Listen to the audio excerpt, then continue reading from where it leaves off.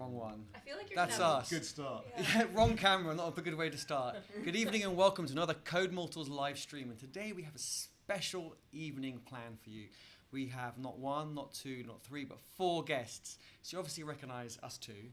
But if you look into the other camera, you'll see we have 4 awesome developers. And they're going to tell you all about their story and how they got into tech and how their journey's been and where they want to go. So I think we should go around. Let's hear more from them. I'll let Andrew say a quick hello because I kind of skipped over him. You don't speak to me. I mean, everyone knows me. I mean, I'll be asking a few questions, I'm sure. But yeah, we'll just go straight over to our guests who will introduce themselves. Let's go. Who wants to go first? Don't be shy. I can go first. Microphone. Sorry. So I am Alina. I am, should I say junior developer? Yeah, I guess I'm still a junior developer. I used to work in project management and made the switch sometime in July last year. Went to Makers. That's basically how I got into software engineering. And yeah, that's it in a nutshell. Thank you. My name's Hannah. I am a software developer in training. And so the route I'm taking is actually I'm following in Alina's footsteps. I have recently enrolled in Makers Academy, which is a coding boot camp. And prior to that, I actually worked in corporate banking. So it's quite a large career change for me. And where I am at the moment in that journey is I'm just wrapping up my pre-course. So next week I'll be starting the main portion of the coding boot camp, which is 12 weeks of fun. So that's me. Hello everyone, my name is Amina. I started learning how to code about 9 months ago because I had a baby and decided I couldn't continue in banking and finance in my previous job where I had to travel a lot. I actually started off preparing for Makers Academy, but then got a job as a junior developer before I had the chance to apply. And that's a whole other story, which I'm sure we'll get onto during the stream. Hi, I'm Carol. I'm also from Alina's cohort, so it's a small reunion for us. I started probably to learn to code about over a year ago. While I was working as office manager at a vet practice. Since then, I've moved to London from Edinburgh. I joined a boot camp called Makers, which was fab, and started my first job 3 weeks ago, where I'm working on API automation. Oh, I can't wait to get into techie stuff. That sounds exciting. Sounds good. So, Andrew, shall I let you ask? I was going to say, it's great to have 4 people so fresh into the whole career change thing. I mean, changing career from, various backgrounds. A lot of finance backgrounds going on, and amazing getting a job as a developer before even looking around for one. I mean, we're going to have to definitely hear more about how that came about. But I mean, I suppose just to start with, why did you choose development? I know you mentioned going into it for a couple of reasons, but why not something else? What did you consider anything different? I'm just going around the room, perhaps. If you've got answers, skip over if you want to skip past. But. We're gonna try to figure out this. At the order. Yeah, the order. So it was a bit of a no-brainer for me. I wanted to make a career change, and I was looking at something that can sort of cater to some of my passions. And one of them was problem solving. So I really enjoy and everything tech in general. I guess I was missing that confidence in myself a bit, that I can actually do that after so many years in project management. So it was actually my partner, who is a developer, who supported me and encouraged me. He was a big part of this journey. It was, I guess it was one of the only options that I've explored, and I'm very happy that I chose it. That's interesting because you mentioned that for you it was kind of a natural choice, whereas for me getting into tech was completely the unnatural thing to do. In fact, many people sort of looked a bit startled when I said, "Oh, I'm going to learn to be a coder," and they said, "Hannah, really?" So I was not a techie person at all. If you would have spoken to me about a year ago, I would have never even touched a Mac. and I was one of those people who, like my mother, had to ask for help on using a smartphone. But the reason why I decided to get into coding was I was searching far and wide for something new to do, a new challenge. I had a great job in banking, but the rate at which I was learning new stuff was just starting to... I'm sure you've all had that experience exactly when the same, the rate of learning is starting to slow down a bit. So I needed a new challenge, and what I was struggling was to find something, anything in the world that would combine two things. One is the sort of intellectual challenge, and the second is it had to be something very practical. Because intellectual challenge you can get from, like, I don't know, go and do a master's degree, go and do a doctorate. But I don't want to do debate club. You know, I'm not interested in debate club. I want to make practical things. And so, I mean, to this day, I cannot think of anything else that combines the intellectual challenge and the practicality. And if someone watching this thinks of something else that fulfills the criteria, then do shout, because that'll be my third career. But to me, that's what was perfect about coding. And so it didn't make sense, but it did make sense. And that's why I got into it, and I'm really happy with that choice, even though it was counterintuitive. It's given me exactly what I was looking for. So similar to what Alina mentioned, the problem-solving element of it, it's just great. Puzzles every day. It's so funny for me hearing your responses, because my reason was so crude. Literally, I just Googled working from home. That is all I wanted. It was like this time last year, I had a baby. I was a bit stressed. I live in the suburbs. I couldn't even dream of going into the city every day. I didn't know how I was going to look after and manage the house and my child, as well as my husband. So I just wanted to work from home. And when I Googled it, 80% of the jobs were for engineers. I also saw jobs for like UX people, designers. I can't believe I actually thought I could be a designer. Like now I actually know what it is. I'm like, yeah, I could never do that. Like I'm just not a front end girl at all. But so that was the initial reason why I looked at tech. And then my reasoning became a little bit more like yours as to why I'm still here. Very similar path for me.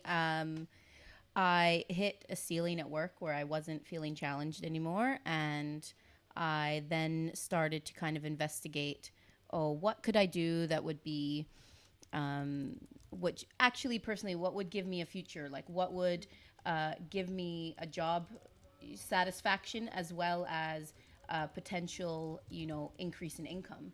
So I don't think, like in the career I was in, that I was going to really have that kind of financial reward either, from no matter how much I put into it. So this tech itself kind of for me opened up a whole new world for potential for career advancement. And I especially but the problem solving is the thing. Like that's what, like you kind of are sitting there staring at a problem, and you're getting the wrinkles. You're getting those like wrinkles in your forehead, and you know it. But like when you solve it, it's a great feeling. So that kind of like satisfaction is kind of hard to match, I'd say. Can I just listening to you girls, talking about what got you into tech, like I'm like, yep, I can tick that box and that box and that box. Obviously, it wasn't just one thing, but also something that I really want to mention is that so I had been in project management for 13 years, and I had tried to switch from market research to something else, and what I found is that you really do not want to be in an area where, it's going to sound a bit weird, but the employer has the power. Like you want to be in an area where you have the power, where resource is scarce, so that, like you have people reaching out, to interview you. They want to find out more about you. It's not necessarily you knocking at people's doors. There is a demand, yeah. And I was absolutely shocked. Like even I started applying for jobs in my, I think it was in week 9 of Makers. which was still very, very early. And I got interest. Like, I went on Hired, I went on Talent. I started applying directly as well. And a week after graduating, I already had a job. So that was, I mean, I didn't know how to do a lot of things, and still people were interested. So for whoever's watching and is thinking of making the switch, it's a good position to be in. Let's just say that. I think that's awesome. That I just trying to take in all the information, doing all four at once. I'm trying to think, right, where am I going to go now? And we've also had some really good questions which were related to that on the stream, which is from Amadine. I don't know if you know her. She also live streams with entrepreneurs every Saturday. So do definitely check her out. Thank you, Amadine, for being here. And she says, what's it like going from being an expert in one area and then again having to learn so much more? You said it's challenging. You said it's fun, it's interesting, and I get that, because 15 years later, I feel like I'm on year one, which I love. But if I was to change, I think that's quite scary, because it's a complete change rather than it's something new, something related, something different. I'm trying to think of an example maybe for any people who aren't in the industry watching. If you can drive one car and you're going to go into a completely different car, like a van, the principles are roughly the same. So when I'm learning something day after day, year after year, it's different, but it's similar. But it's kind of going from driving a car to, say, driving a boat or a plane, where it is quite a different. So just kind of interested to hear, what... I can kick off. I really like that question. When I was in my last career, I looked up at the people above me in the hierarchy, and I was not interested in doing their jobs. In my current role, I look at the seniors, and there was this one day where one of the seniors said, "Oh man, I need to go on Code Academy to learn this." And I just thought, I have found my place. Nice. I love the fact that the senior developer with like 20 years experience now is like, okay, I need to brush up my React. Yeah. And that for me is why I am here. I love being a beginner. I mean, I hope I will be a beginner my whole life. I recently did a Linux workshop, and there were people, I was sitting in a room with people in their 60s, people in their 70s, learning just at my level. I just thought, I hope that my whole life will be like this. I think it's an interesting question, because actually I think if you come into coding from a background where you've already previously developed a level of expertise in something else, it can be actually quite helpful to your mindset, because if you already have been through a path in another career where you started from the bottom and you worked your way to the top, you've already once realized that it's not magic, it's just hard work. And those other people are not geniuses or magicians. Well, maybe some of them, but not that many. And it's just hard work that gets you there. So I think that puts me to a certain advantage, because if I was trying to do this as the younger version of me, I'd probably be wrapped up in a lot of anxiety, a lot of competitiveness. Whereas now, I think, you know what? I made a success of the first thing I tried. I will make a success of this thing, and then either I'll keep going and I'll be one of the people who's in the Linux workshop when they're 70, or then I'll have a third career or a fourth career. Who knows? I think it actually helps to know that it's not magic. It's about hard work and persistence, and that's what gets you there. Not having some innate genius feature in you that just needs to be enabled somehow. I love that. That was brilliant, because it kind of ties on what we were saying just before the stream. There is no magic. It is hard work, and there are no rock stars or ninjas. And if anyone says that, they're lying clearly. And if anyone's offering a job without a title, then I wouldn't apply. Even, like I say, with 15 years experience, I think Andrew would probably be the same. No, I mean, you walk out of interviews sometimes when they start talking about, oh, we have the most fantastic developers and we're only looking for the absolute best, and they start talking about rock stars and ninjas when you're sat in the interview, and you almost switch off and go, this isn't the world I want to work in. I want to work with people that love to solve problems, that are dedicated to just making the world better as such, not just people that, I've just come up with this most fantastic, I've just found this new fantastic new library, let's use it and we can become experts in that one and then we'll go on and do this one. All they're doing is almost developing their CVs. They're not trying to actually help other people and actually make software and do the right thing. That world of calling out names, all the rest of it, when it comes to interviews and finding jobs. I'd say sometimes the ones that would classify themselves as the ninjas or the rock stars, they actually don't make that great of a colleague because they're not open, especially when you come into it and you're fresh and you still need, you're still going to have questions and you still want someone to be able to show you how they've done what they've done so that you can learn from that. They don't necessarily know how to explain it to you either. So sometimes the best mentor at work is someone who's come up from, a really, basic role and have actually become through the ranks to become a senior developer because they've done it all and they can explain to you the intricacies of each step. So, and also it's probably actually someone that's at a similar level to yourself makes the best mentor because you're both trying to solve the same. You're on the same level as one another rather than one person looking down. This is a waste of my time. I don't want to be doing this. And then it becomes a bit like a cancer as well because they start spreading this kind of horrible disease. I don't want to talk to you, and everyone else doesn't, and then everyone just becomes siloed. Start sitting at a different desk. Yeah, I think you need that interaction in software. I don't think anyone can sit on their own in a room and actually achieve the end goal. They might be able to do it for a couple of hours as they're focusing on one particular task, but then very quickly they need to go talk to other people and share what they've been learning, explain how they've been doing stuff as well, because if you become the only person that knows what's been done, then what's the point in the rest of your team? They feel like they're really worthless. high risk then as well. That really person's high off risk. sick and so on. And I think if someone says, "This is too complicated, I can't explain it," it's because they don't understand it themselves. And it's them putting up a facade to say it's too complicated. I can't explain Was it Einstein? I don't know. Maybe I'm wrong, but he was saying that if you can't explain it to your grandma, like you don't understand it or something like that. No, absolutely. You guys touched on so many points, and I think I remember we hired a junior a couple of years ago in my previous job, and he said something that really stuck in my mind. He would always go like, "Help me, help you."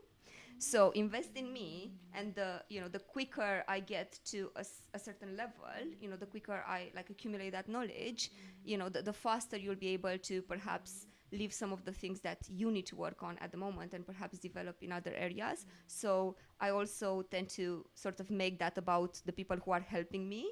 It's not just me getting stuff from them, it's also them getting spare time to focus on other things. And just briefly going back to what can't remember the name, but our viewer, the initial question. Amedine. So I think an advice that I would have for someone who is a career changer is leave your ego at home if you have one. Like, just don't worry about, obviously you come from a place where you are the one teaching other people perhaps, or managing people, and then all of a sudden you're the beginner, like you need to ask, and of course at times it can be a bit frustrating because you're used to knowing, but I think it was a very steep learning curve for me, and also just a brilliant experience going back to basics and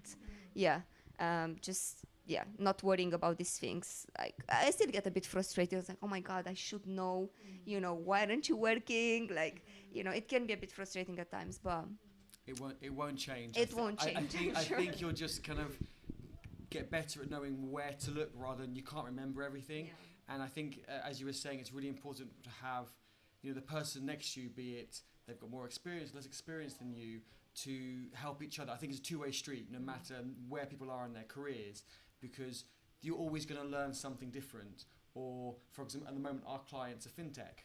So if one of you were working with us, you could explain what some of these numbers mean, because we're just doing calculations because maybe we're told, but we don't understand why. Well, there was an interesting one the other day. If I was to give, so from the fintech world, there's a multiple different account balances that can go on, and we probably had to have that explained to us for about 2 hours. Where if you come from a background in that, then you will understand the different types of account balances quite quickly, I'm sure.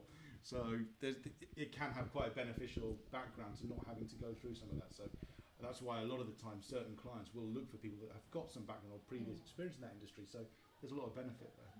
Yeah, I think one thing to really look for when adding someone to the team is not necessarily kind of how much they know with their kind of that technical skill, and can they remember that syntax, that line of code, or if you're doing React or Angular, how do you do this really weird kind of thing that you never do?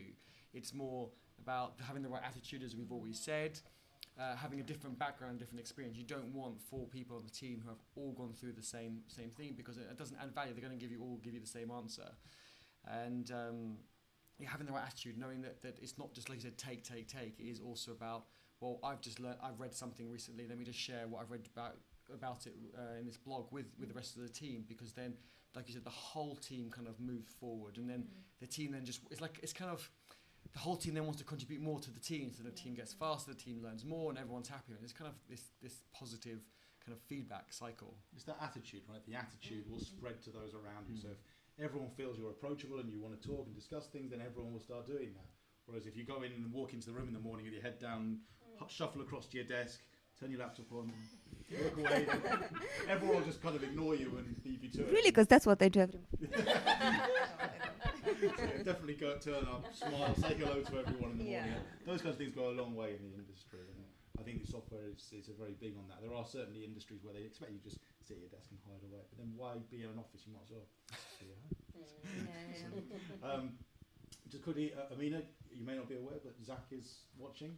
He did join a little while ago. Hello, baby Zach. Hi. Mama loves you. Oh, I missed that. You did tried to say, point it out to you earlier. and I saw the wrong one. Yeah.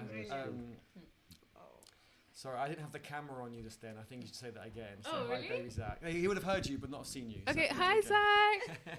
Sleep well. Be good to Baba. yeah, it will be better. Cool. We do actually have a question as well, so I will ask that very quickly. Obviously, feel free to all answer, one of you answer. But the question is effectively, how did you each, I suppose, individually get into tech? Where did you start the journey? Because obviously, you've got to figure out where to go. Everyone's probably got a different way they go about learning things. So just sort of how did you get started on getting into tech and learning software development? I started with Udacity, which is an online learning platform. It was like there was a Google challenge where you get, I think you got like 3 months to complete this course, and if you did their certain acceptance criteria, then you got like a full scholarship to their online platform, which gave you like a front end nano degree. So that's kind of where I started. I did like only on a whim. My partner had said, "Oh, Udacity, you're looking for something different. Why don't you try this?" And I was lucky enough to get the full scholarship for it, and was able to get the nano degree. So I did learn a lot of kind of front end development from that particular course. So that was interesting. I mean, it was for me. It was just like my intro to tech, and I was working full time, so I did really find that hard. So it wasn't until I moved to London and joined Makers that I think I was fully able to immerse myself into learning, and that's when I kind of fully was able to start grasping things, I'd say. I think that's a really good question. I pretty much, like Carol, started with a course. So I started with Code Academy. I think everybody learns in their own way. I find that online courses aren't my preferred way. I think I much prefer building something. Another thing I did along with the online tutorials was start to meet people. I didn't know any developers. I just didn't know anyone. Do you know what I did? I literally went on LinkedIn. I did a search for people that had done Makers Academy, because that's what I thought. Makers Academy is partly, I didn't do it, but that just seeing the website showed me, it's possible to career change. I didn't know otherwise. So I went on LinkedIn, I searched for people that had graduated from Makers, and I just messaged them. I just said, do you have 5 minutes for a call? I did that. I spoke to like 30 Makers grads, and that's how I ended up finding Eddie. Because one of them, Charlotte Faraday, said, Amina, you need to go speak to Eddie. And another one of those 30 people said, get on GitHub. And that's why I started doing open source pretty much as soon as I started learning how to code. And then I met Eddie, and of course, if you meet Eddie, you're going to be an open source warrior for life. You just don't have a choice. So yeah, that was my joke. I think you need to tell them the rest of that story. You've kind of told them 90%. Shall I tell them, because you'll underplay it? Amina is underplaying it. So we would have this 5-10 minute call. I think about an hour later, something like that. I can't remember. We were like, right, open source, GitHub, let's do it. And she did it. A lot of people say they'll do it, and they don't. And she really did. So it was actually, I think, 1 or 2 days into October, and it was Hacktoberfest. And she said she would do it, and I thought, okay, fair enough. So a few days later, she messages me and says, I've done it. I'm thinking, I know people with many more years experience who take, and last day of the month, Eddie, I need help, what can I do? I just want one more pull request so I can get that t-shirt. With a few days in, she did it, and it was amazing. And after that, I guess the rest is history, and you've gone from strength to strength, and it's only gonna get better. But that was really good, you put your mind to it, and you just did it. You didn't see blockers, you just kind of saw challenges and saw solutions. And I was gonna say one more thing, but it kind of sounds actually really bad. But I'll say it, but I mean it in a good way. It's like when I go to the teen hackathons and you give them, you ask them to build, you got to give them spaghetti, a pack of spaghetti and a pack of marshmallow. And you say your goal is to make one marshmallow as high as possible. That's your goal. And when you give it to adults, they build it in bits, they think about it, they talk about it, they do this. 2 minutes to go, right, to put it all together, it breaks, they've got no time to rebuild it. Whereas with the kids, it's amazing to see them. They'll do something, it will probably break, but they've only 2 minutes in, they've still got 15 more minutes or 20 more minutes to go. They'll build it again. They'll realise that some of the spaghetti breaks, and actually you can break the spaghetti, and they start thinking outside the box, they start splitting the marshmallows. And so usually adults kind of get it about half a metre off the ground. Kids can do well over a metre because they keep breaking and failing fast, and just getting better and better. And so I'm not saying you're childish. That sounds really bad. But you didn't see problems. You didn't see problems. You just saw right as something to do and just got on and do with it. And I think that was just amazing. And I had to give you a shout out for that because I tell everyone about that because it is brilliant. It is really good. So anyone else, this October, if you're doing Hacktoberfest, don't want to hear any excuses on the last day of October. I want one pull request per day. GitHub, if you're watching, Nat, the CEO of GitHub, we had a call about a month ago. I think we need to change it this year, not to, was it 4 pull requests last year? Let's make it 1 a day. Let's make it 30 pull requests. Come on. Amina will do that like in 2 days, no problem. Maybe for her we can make it 100, or have a special prize for people who kind of have a higher number. Anyway. Well, showcase this because a lot of people will just do it all in one day, right? That'll be the day that they spoke to Eddie in the morning. Yeah. And they're like, right, I better get these done today, and then they'll forget all about it. Yes. Charlotte, who introduced us, does call me Eddie Bot, because I do chase her every day. I remember when she was learning something, and every day I'd call her at 1 o'clock on the dot and say, right, what we're going to do for the next 15 minutes. You've got 15 minutes while I have my sandwich. Let's work through something. Every day for about 3 months. She hasn't spoken to me since. No, I'm just joking. Changed your number. Yeah. I jumped in there, sorry. No worries. I think there we've already got the 2 main ingredients of how do you get started in coding. Speak to people and go online. I think you have to do both. For me, you can't just do it online by yourself. There's a real value in going out there and meeting people. So for me, the first step was to go and meet those people at Makers Academy. Sorry, it's turning into a Makers Academy pitch. Other boot camps are also available. But I went to one of their events and got talking to people there, and then actually they spell out the recipe for you about how to prepare for applying for a place at Makers, because you can't just walk in there. There is an application process, and they're selective. So then I had the recipe, and I just followed the recipe. In my case, the recipe was Code Academy, because I found it was a good resource when you're really starting from zero knowledge, where some alternative resources I tried would start off by saying, open your terminal and type in blah, blah, What is blah. a terminal? What is terminal? Now, if you Google what is a terminal, you won't actually get a very useful answer as to what you need to do, because you'll get all this stuff on Wikipedia defining terminals, and then you'll have a debate amongst some special people amongst what a terminal really is. But you don't realize on your MacBook, what do you have to press? Yeah. What is terminal? So, you know, I had to find the right resource for me, which was Code Academy. They teach you like you know nothing, which is how I prefer to be spoken to. I don't care if I've got experience, just, you know, take me from the basics, and if I'm getting bored, I'll tell you to speed up. And then from there, making the leap to Code Wars, which sounded very violent, but it's fine. Nobody died in my Code Wars. There was some dodgy code, but it was fine. And then from there, pairing, which is bringing the loop back to actual real people. So pairing means programming in pairs, i.e. physically sat with someone, or then doing it remotely, and that was invaluable, so highly recommend. How do you find someone to pair with? Go on Twitter, you know, that's one way.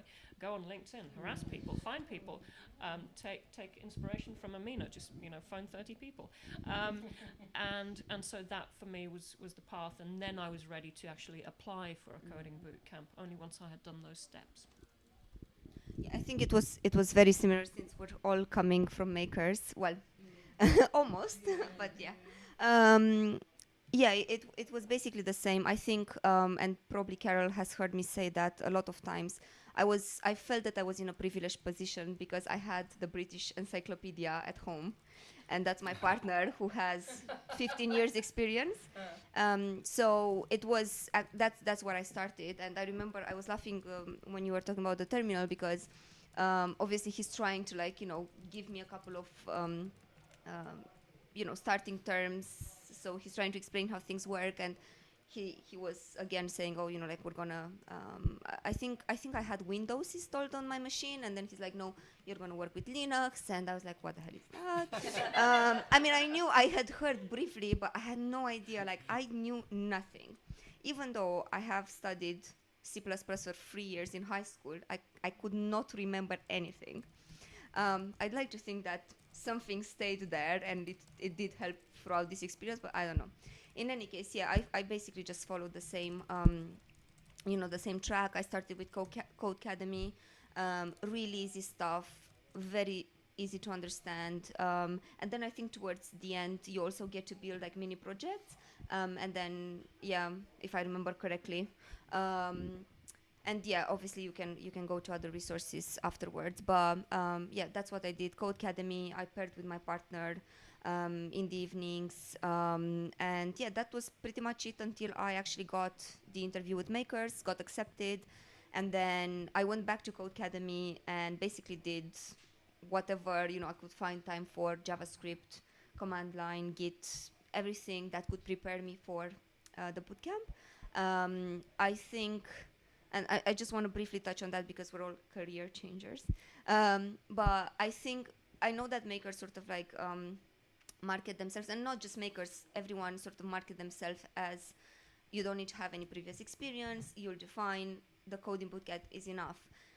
It can be, I don't know, like I'm just trying to I'm just trying to think what would have happened had I not done all this preparation. Like, I had a lot of time. I had 3 months notice period at my previous job. So I kept on coding from July until I actually joined in October, November. And I think that really helps. So for anyone out there who's trying to do this, I would not leave it for the pre-course, assuming you join Makers, I would not leave it for the pre-course to start. I think whatever experience you can get prior to that, it doesn't matter if it's Code Academy, YouTube videos, whatever it might be, I would definitely say invest the time because it will help you a lot. Yeah. Sorry, I spoke. No, that's really good. And I wanted to mention a couple of things again. I know Andrew's got some good questions coming up as well, but I wanted to just touch on a few things that you said, and there was quite a few. So again, I've forgotten. My memory is terrible. But the networking part is important. Actually, I wanted to ask you a personal question. Me. Yes. Oh my God, how personal. Really personal. Really personal. Brilliant. So, to everyone who knows me knows that, I love my wife. She's awesome. She's 99% perfect. Where is this going? But the one thing that my wife doesn't have, she doesn't code. So when you go Yeah. home, you said your husband's a coder. Do you code together? That's the one thing Yes. that's missing in my life. Yes, we Sarah, do. if you're watching, change into coding, please. Please, Sarah. The one thing missing, otherwise she's perfect. Otherwise she's perfect. Just she doesn't code. Do you know what? I actually got asked that question by my. So I've had actually after I finished Makers, even though that was like 4 or 5 months ago. I've already had 2 jobs. Anyway, that's a very long story. But yeah, so my previous manager asked me the same. He's like, "Oh my God, I'm so jealous. Like, surely you go home and you code together, and you're talking about code." And I'm just like, I have other things going on in my life. It's obviously brilliant, that I have someone who I can ask, and also for him because he's doing mostly Ruby. He works in Rails, and I think they use like Elm or yeah, it's probably Elm. He's very happy to sort of pair with me because he gets exposed to Python and Flask and React, whatever else I use in my job. So I think it's, again, even though it's probably more me taking knowledge from him, it goes both ways. So yeah, the short answer would have been yes. Yes. Yes. So Sarah, are we we're thinking gonna talk. about Sorry, go on. developing a dating site for coders? No. Is that the next big idea? Yeah, I don't think so. It's like pairing and drinks or pairing and dinner. Yeah. Pairing in life. You've Pairing opened in Pandora's life. box. I know, I think so. I want to change the subject. Okay, we'll ask you another question. So there's a couple of good ones, but I'm going to start with this one. So you've all been to interviews. You're all looking for not necessarily do your first job. You may have already found it. But during those interviews, were there any particular questions that were difficult? with there certain things that you remember that went really well during the interview that weren't so good? What sort of advice as well might you give to people that are trying to do the same thing? One of my questions was explain what a RESTful API was. Anyone want to answer? I'm gonna go. Guys, you want to answer? No. I'll answer if you It's want like me to. representational state transfer or something. Yeah, represents, yeah, very good. See, this is my homework. Yeah, I don't know what it stands for. representational state transfer. Cool. Thank you. Well done. Thank you. Yeah, sorry. We'll actually start asking some technical questions, shall we? We can go through I'll ask them to Eddie. Eddie, what are the rest verbs? Oh, we should go around, do one each. It gets harder and harder. Okay, so we can start at that end. Start at that end if you want. Go on, you go first. Yes. Oh, can you move that? So I can see who's on. Okay, Here we go, get. yes. Okay. What are we doing? Rest verbs. The rest verbs. You can So- you can skip. You know, We can come back to when you. you make the RESTful API. the RESTful API, yeah, when you make the API Oh, calls, yes, what yes, verbs yes, can you sorry. use? Yeah. So get, Put. put. Anyone else? I haven't done this before, so I can't Okay, that's answer. fine. Patch. Post. Yeah. Post also. That's 4. Is there another There's 8. There's more, yeah. 8. I only know 6. Is option one? Option? Option, yeah. Option. Oh, okay. Did you say delete? No, we haven't delete yet. No, That's delete. right. Oh my God, yeah, delete. delete, of course, yeah. Head. Oh, head, of course. Yeah. Um, Is that 8? I can't think what I think that was 7, right? I overused the 8th one.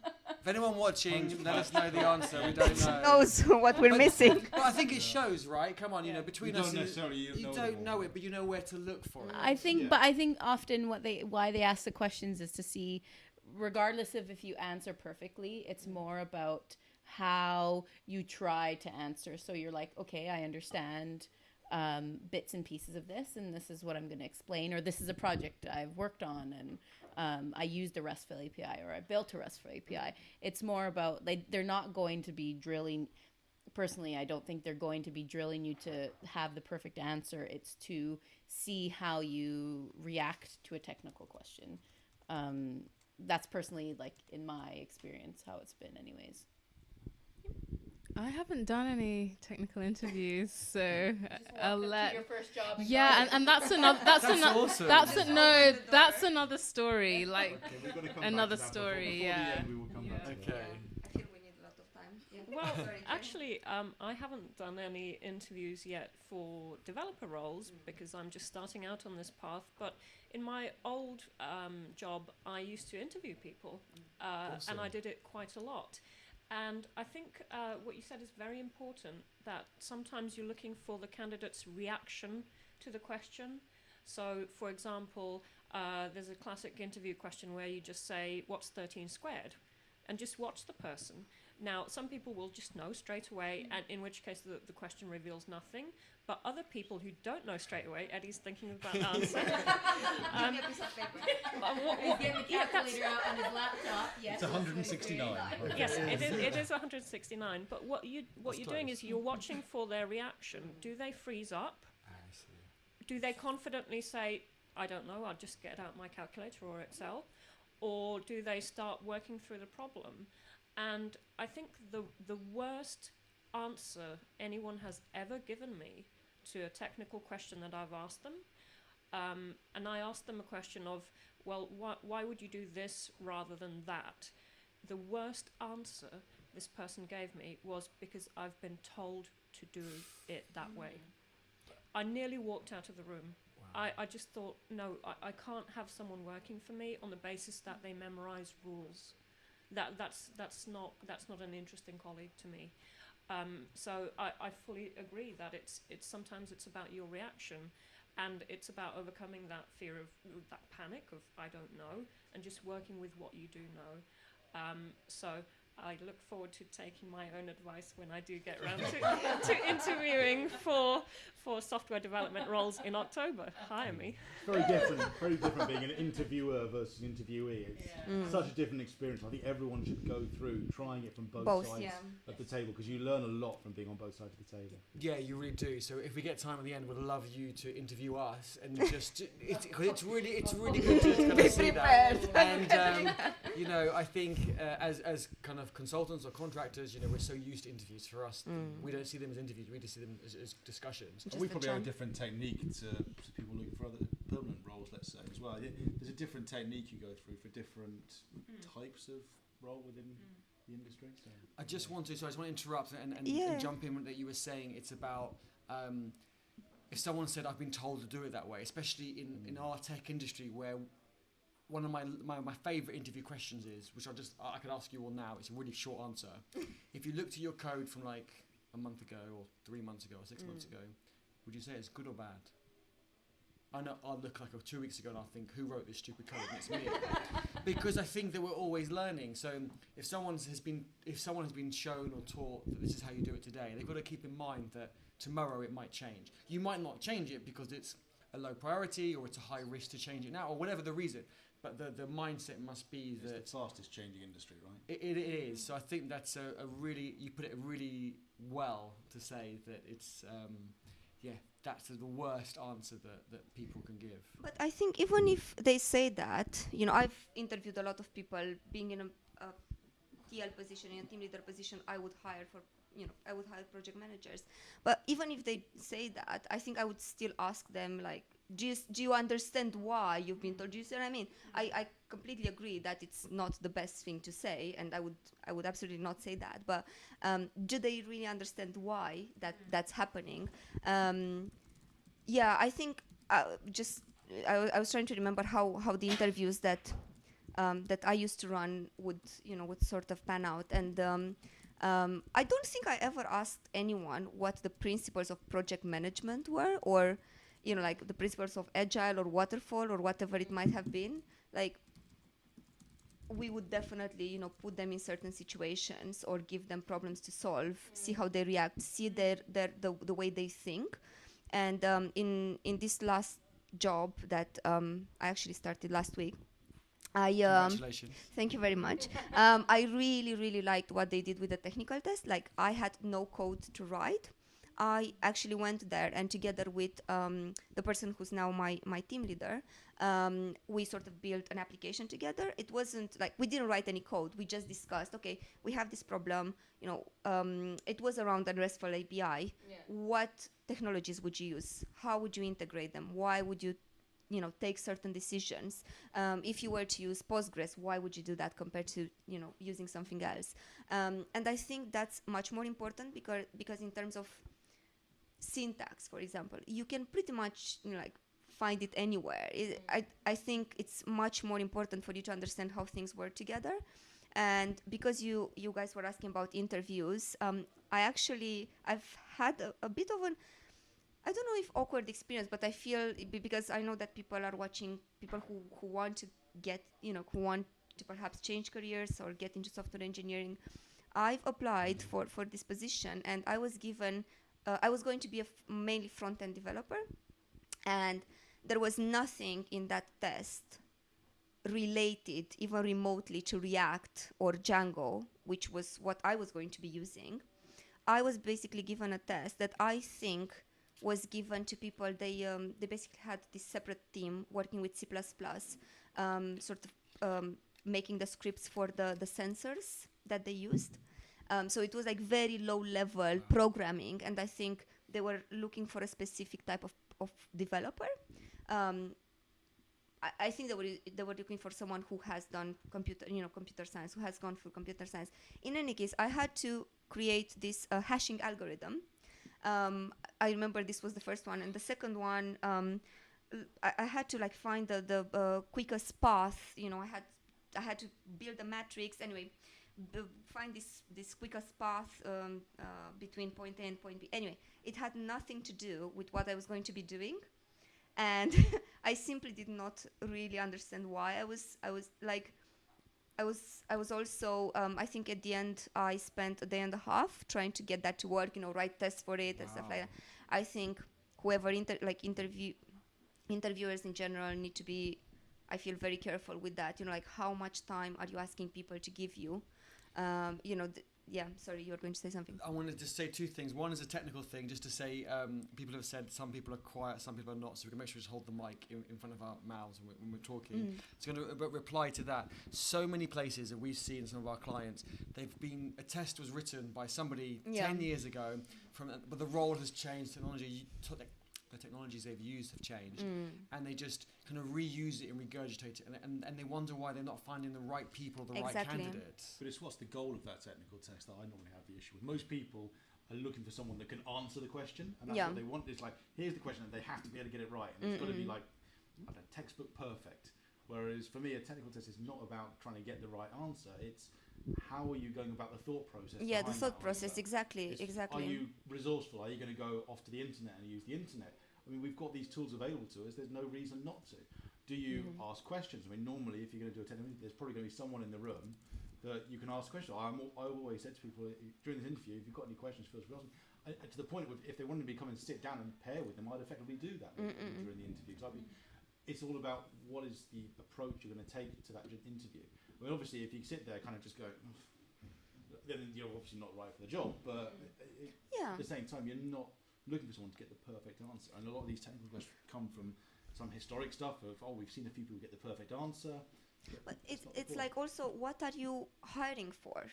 What is this person going to do in their day-to-day job? If this person is going to use React, or if this person will need to use, will need to make calls to a RESTful API.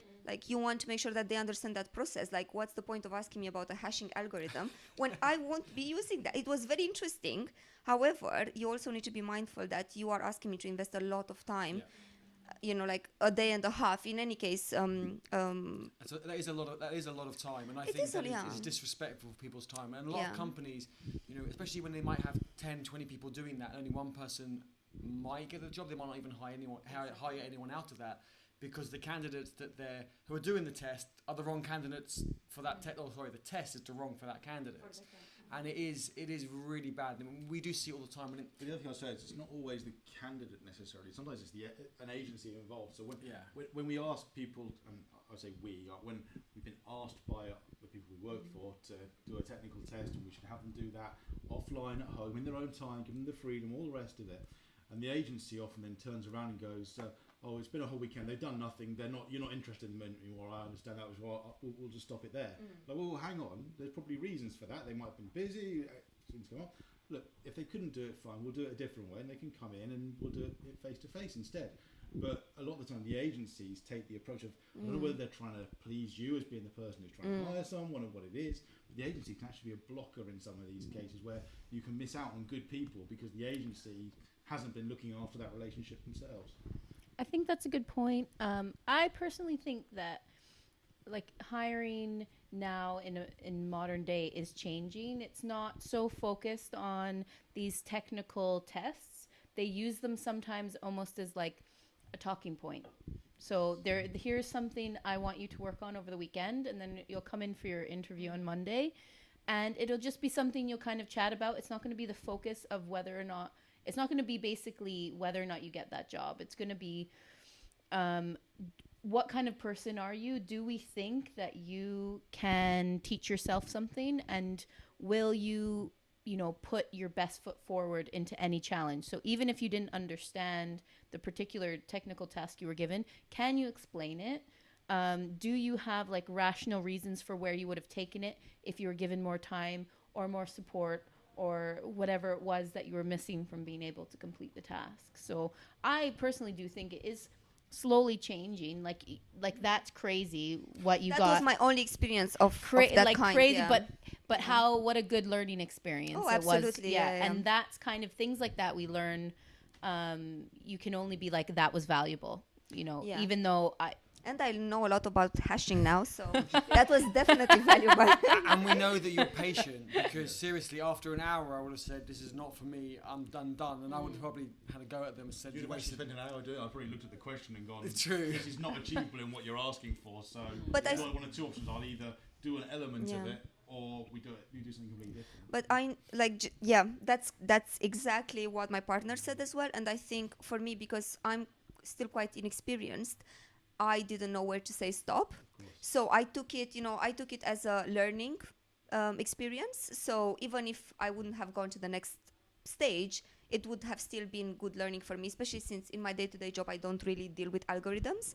And then my partner saw it and he was like, what on earth is this? It's not cool, as you were saying, to ask so many people to do this, and in the end to perhaps take 2-3 to the next stage. I mean, in the end, as I was doing this, I actually accepted the offer from my current employer, so I didn't. Yeah, the story ends there, but yeah. your heart wasn't too broken then. My heart was not too broken, but yeah. Interviews are always good practice, because I think whenever people ask me for interview advice, I say, well, which job do you want? I want job company C. Okay, apply to A and B and D. Go for interviews there first. But I don't want jobs there. Exactly. You'll break the ice. You're going to be relaxed. Yeah, you'll break the ice, because the first few are always kind of a bit awkward. You're just nervous because you're on the spot. Break the ice. You don't care if you get it or not. Funny enough, sometimes when you don't care, They want you more. So when you want get you it. more. Yeah, exactly. So yeah, definitely do that, and then It's also kind a of fun experience when you turn them down and then say, well, we'll offer you more money. yeah. So that's it's always good practice to do that, and again, it's where the community comes in, I think, because you can always practice with friends. A friend messaged me today, and she's asked to do some practice interviews before her actual interview, because she really wants it. It's like, yeah, no problem. It's good. It's also good for me. I'm dragging Andrew into it as well, because he always looks at things very differently. I've worked with Andrew for 10 years, but if we all were designed to I don't know, build a bottle, I know the six of us would all do this differently. You might think Andrew and me might do it the same because we've both got 15 years experience, and we've worked together for the last 10 years. We wouldn't. We would do it very differently, and we would challenge each other in a professional way and say, why have you done it this way, and so forth. We might even use different tech, depending on where we think the future of the project of it might turn into, sort of thing. One of us might think too far ahead. Oh, this could become, I don't know, a hot water bottle later if you put hot water in. Like, you might think, wait a second, I think you're thinking a bit too far ahead, and you've got to rein it in a bit. And so I think it happens to all of us, and it doesn't change. Time boxing, which we've talked about actually recently, it's really important to time box everything, be it the stuff you're working on. Ask for help if you get stuck. I've been sharing recently a situation where I wouldn't ask for help, and I can't remember who I shared it with recently. We were speaking to someone about it, but I had a bit of work to finish off on a Friday, and I got stuck, and I was adamant that, because I only made a small change, so I could see in GitHub the difference was tiny, literally 10 lines, and it was broken. I was like, something's obviously wrong in these 10 lines. Spent the entire weekend debugging these 10 lines. I was like, I don't understand. It's just 10 lines. And I think I was looking at it so much that my eyes were blurring. You know, the wife wasn't so happy because I was a dog with a bone. Walked in Monday morning. I said to Andrew, look, I've changed these 10 lines. I can't see the problem. You go, look at line 11. And because what I had written affected the line below, but I was so adamant it was something that I had changed. It was something I had changed, but it was the knock-on effect.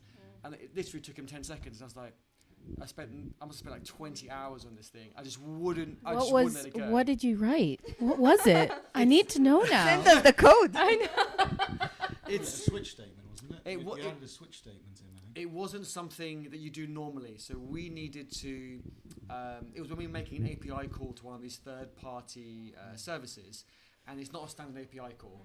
It was, after a while, your token expires, but then as soon as you get a new token, all the other ones would fail if they were in process. So I had to block all the other requests before I got the new token, and then let all the really weird. It was down to I'm going to swear, down to that shitty API who writes stuff like that, archaic thing that is awful. So whenever we Could we call out companies on here? yeah, do it. Call them out. I don't care. Tell them to update it. So this was Xero, right? Xero, We were working with like the Xero, worst. An accountancy package.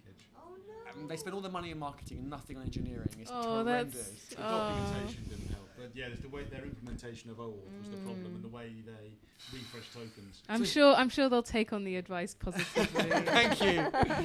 You're better.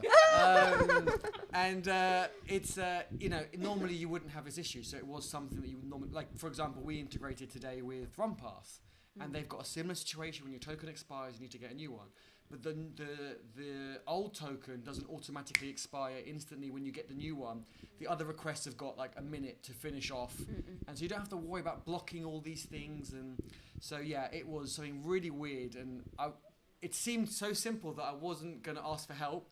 But my recommendation, no matter what level people are at, it's not worth it. It's just ask for help. Someone usually can just, a fresh pair of eyes can spot it.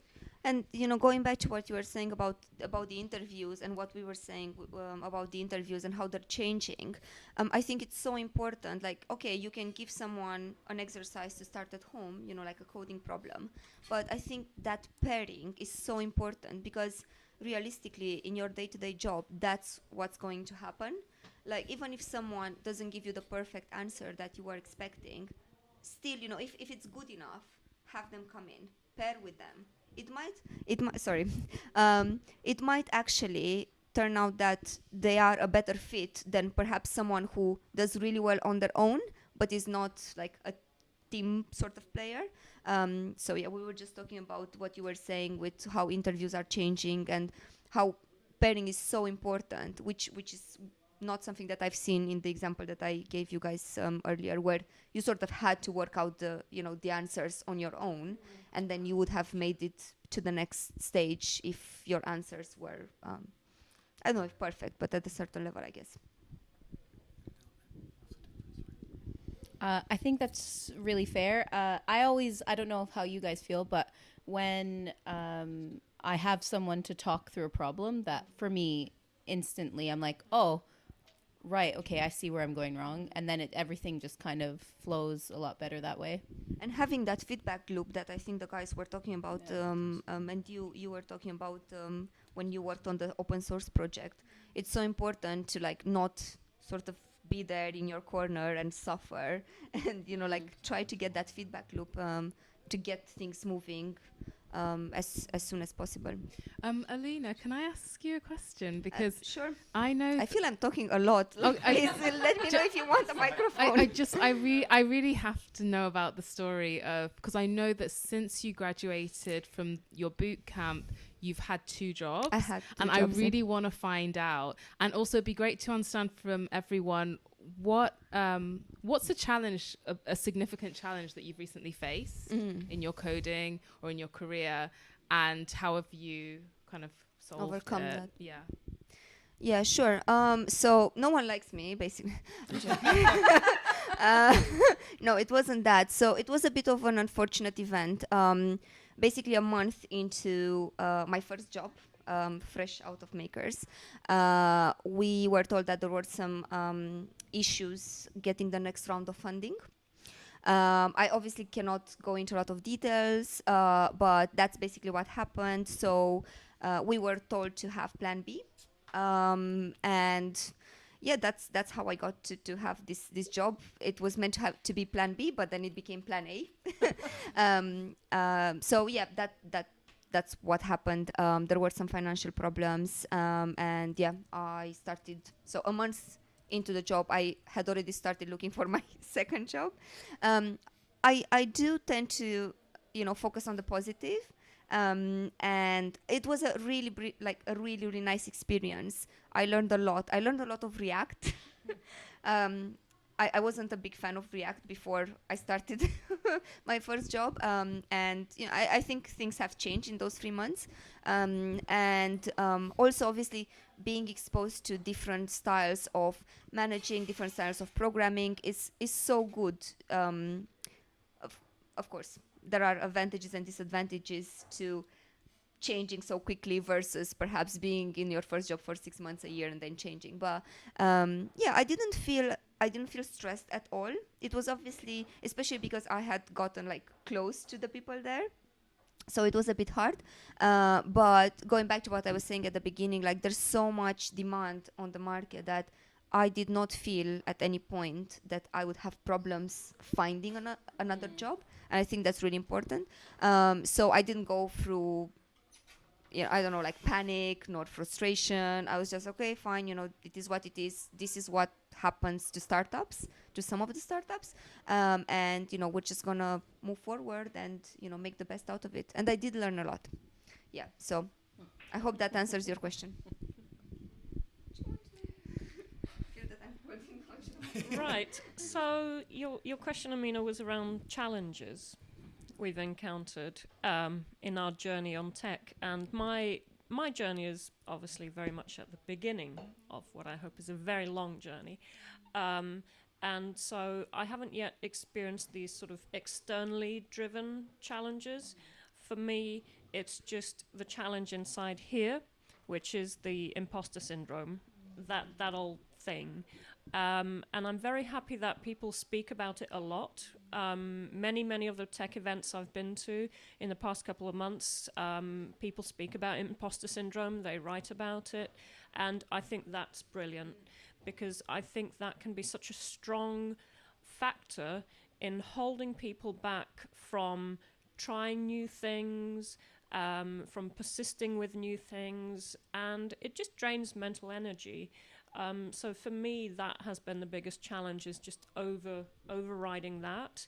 Or then sometimes you can't override it, and you just have to let it be there in the corner, on the back of the brain, in the dark corner, and just focus on the other things. So actually, I went to a very good talk recently, where a lady had done full research on the subject of imposter syndrome, and she even showed us this website where you can go and you can measure your imposter syndrome. And I thought, brilliant. So I totally diagnosed myself. I think I was 7 or 8 on a scale of 10 being very impostery, and I feel like now I can put that in a box. It's there in the dark corner. I don't need it anymore. Thank you very much. Perhaps sometimes it will drive me to try harder, so maybe I can flip it to the positive, but that for me is the big thing. And now that that's in its own box, I'm waiting for the external challenges. We'll see what life throws at me. But tell us, Amina, your biggest challenges. Can I just jump in there with the whole imposter syndrome? I think it's really great time to be in tech. Yes, tech is not perfect, and there are allies who are trying to help make that better. But people are being more honest and open. So about the whole imposter syndrome, I think it's always been there, but no one's ever spoken about it. It's been this whole taboo subject, and if you have it, then there's something wrong with you. Well, actually, everyone has it. People just hide it better than others. I actually think it's really good that I think everyone will probably get it one day in their career. So if you get it sooner, I think you learn to deal with it. Well, however you deal with it, but you'll learn to deal with it. And then it won't affect you later, because for me, it affected me later on in my career. I was that typical kind of, arrogant guy. I can do everything. I've been doing this a whole day. I'm an expert in it now. And then, 10, 12 years into my career, thinking, I've been doing this 5 years. I can't, it's technology 5 years. I can't do it. And it was actually Andrew was saying, what are you talking about? It's actually quite a few contracts ago, and Andrew was like, "Of course you can do it. You've been doing it for years." I'm like, "I don't think I can." He was like, "What the hell are you talking about?" And he just kind of gave me that kick up the bum to do it. And I think that's why coming back again to community and network is so important. It really, really is. I think it's good to build that network, and you might help people out 1 month, and then a year later, you never know, they might help you out, connect you with people. I mean, we haven't used recruiters in a long time because we just use our network to hire people as well as to get contracts ourselves. And I think that's really important because we've had some really good recruiters on the stream, but they are far and few between. There are so many out that are just in it to make a quick buck. And so, unfortunately, they cut corners, there's miscommunication, and it just, human nature just kind of makes something that's maybe not that quite right, really bad, and it leaves a bad taste in everyone's mouth. Most recruiters aren't from a technical background. They may have worked with a lot of technical, they pick up a lot of the jargon and so forth, but they've never actually done that job themselves. There are some out there that have, don't get me wrong, I'm not putting everyone in the same bucket, but a lot of the people out there, they haven't actually done it themselves. So it's very difficult if you haven't done it yourself to go find the right people to do the job, because you won't understand certain bits of the jargon and so forth. You won't necessarily ask the right questions, so it becomes very difficult to recruit via agents and so forth. So whilst that's the only opportunity for a lot of people, as you grow and get better and you get more experience, you start to break away from the agency market a bit more. People, word of mouth gets around. I think for the current contract, we brought quite a few people along into that because we've worked with them over the years and we've found them and they found us and connected, and that's the most powerful thing, really. So go to lots of events, hackathons, conferences, just geek out within reason. You don't burn out. But I say a lot. Talk to people. Make sure you have no social life and just go to... No, not at all. You need connect with them on downtime. LinkedIn and places like that afterwards, right? I mean, that's one of the things I've learned from Eddie, is Eddie's really good at making sure that he connects with people after the event. You got to I'm still follow not up. great at doing that. No, you're not. But then again, that's why having That's kind why of I have friend. Eddie. Yeah, it's true. It's why you have friends and colleagues, right? I say this all the time, but it's like when you get kind of a squad in the army and they go out. Yes, they all know how to look after themselves. They're all trained more or less similar way. But one person specialises in more in the medic, one in the food rations, one in team morale. So whereas I like to focus on documentation, Andrew likes to focus on automated testing. Andrew still does documentation, I still do automated testing. But we all have our areas where we kind of make sure we're all in check, and we all have and it might change project to project. So I'm not saying that I'll always do this, it will just change. It depends where your team kind of fit within your team. I think you all pick kind of areas. You're all full stack developers, you all do all areas, but you try and just pick an area that you're most passionate about for that project and just push it along. I think that's really important. I would definitely agree with that in terms of community and community support. I think I couldn't really have done without that, and that's what has made the challenges a lot more manageable. My major challenge has been getting a job but not being able to actually be a junior developer in my company, because it was a fast-paced consulting firm that was under pressure from clients, and there was just no time for mentorship. And that's why I really like the boot camps, because as a boot camp grad, I think you're more likely, I think you put yourself in a good position to get some really high quality jobs where the companies are ready and kind of used to training up juniors. So I think that's really important. So I have really used the community to get help. I work on open source projects. I get to pair with other contributors on open source work. Using things like CodeBar, which is where I met Hannah and Carol, Rails Girls. So using all these amazing community resources is how I'm just trying to keep learning as much as I can. I just wanted to kind of jump in there and say, that's CodeBar and some other great communities. I think it's really important to get involved, and don't be shy. And if you can get involved in, like Amina, thank you so much for organising tonight. I think just doing these sorts of things, I think, is really, really good, and I think it's really important. And I know we geek out all the time, but it's good to, I guess, not geek out sometimes and do something. I think we're still geeking out. Who am I kidding? But just get involved. I would find a community that you like, CodeBar, and maybe try and get involved a little bit in organising, because then you'll just meet even more people, and people will more like to remember you as well. And there is a huge demand for developers, but you want to stand out that little bit more. And I won't go into my next kind of bit about whole personal branding, but I think that's something else that you can do as well. I'll leave that conversation for the end if we have time, or another time. I'd say you mentioned hackathons. I say that was one of the most valuable things that I did when I finished the boot camp, because it kind of like solidified the fact that I have these skills and I can work on a project that is, I think it was like how to reduce plastics in the oceans. It was like the Athena hack. I couldn't make it to that one. I was so sad. I think we were on holiday or something. It was really, for me, it was really good. Like we made something and we had this like collaborative effort. We planned it from the beginning to the end, and then you present it, and like presenting is such an important skill to keep. To be able to talk about the tech that you've just built is a valuable skill. And I think employers, for people who are looking to change, like that, if you can speak to people, that is valuable. That if you're a personable person and you're wanting to go into tech, because employers look that you are able to speak about what you've just built and like explain what you've made. And it's good to kind of like stretch that muscle as well, presenting like to big groups. Absolutely, and I think it's everyone's scared of presenting it at one point in their life, and then the more you do it, the more easier it becomes. It's like it's really just like having conversation, and I think at hackathons, everyone's in the same boat as you, so you're not like presenting to your bosses or your seniors. Whereas at hackathon, no one knows kind of where people are in their company, in the hierarchy. Everyone's there just to learn something new or to do tech for good or whatever it is. So kind of everyone's in the same boat, and usually everyone's quite nervous. And I think it's a really good way to do it, because you're going to be tired, you're going to be hungry. If you can present it in that sort of... you can do anything. Exactly. No, Loads of free true. swag as well. Like free swag's the best. I think... No, please. Before I forget, the girls were saying, I think, Amina, you were saying about contacting people on LinkedIn.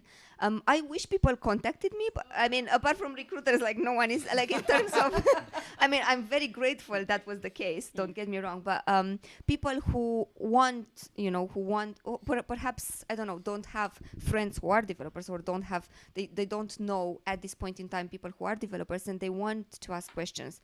I personally feel, do you remember our conversation, Carol? We were still at the boot camp, and of course there is a bit of fear, that you won't, you will finish the boot camp and you won't be able to get a job, and we were sharing those emotions, and we were discussing, even though I remember where we were, that you only need one person to say yes. I mean, you only need one company, not just one person. But I think it's the same when you're reaching out to other people. You don't need you don't need everyone to say yes. You would reach out to some people, and they just won't be interested to speak to you, or they won't have time or whatever. But I don't think there's any harm in asking. As you were saying, I think you mentioned LinkedIn, or was it Twitter? No, LinkedIn. Yeah. Just ask. I've already had these conversations with two of my friends, because they know that I've gone from Makers, and I've directed them to Makers as well. I don't know if they would have asked had they not known me. So I don't know. Don't be shy. I'm very shy. I probably would not have asked, but now being on the other side, I'm just like, ask please. Nothing can happen. You can just receive a no or no reply. Who cares? On to the next one. And I think it's great that you all highlighted that it's important to ask more than one person. Even if someone says, look, I know this perfect person for you, go and ask them, and that person wants to give you, feedback back. I would say always go ask more people, because they've got a different view, not because of their level, but they might have gone through startups, or they might have gone through huge companies. It's just, again, a very different view. They might have done a degree, they might not have done one boot camp, they might have had a harder time for whatever reason, or they might not. So I think it's really important to try and get a variety of views. And even when you have mentors, don't have one. I mean, I believe everyone is my mentor. I say this when I do public speaking.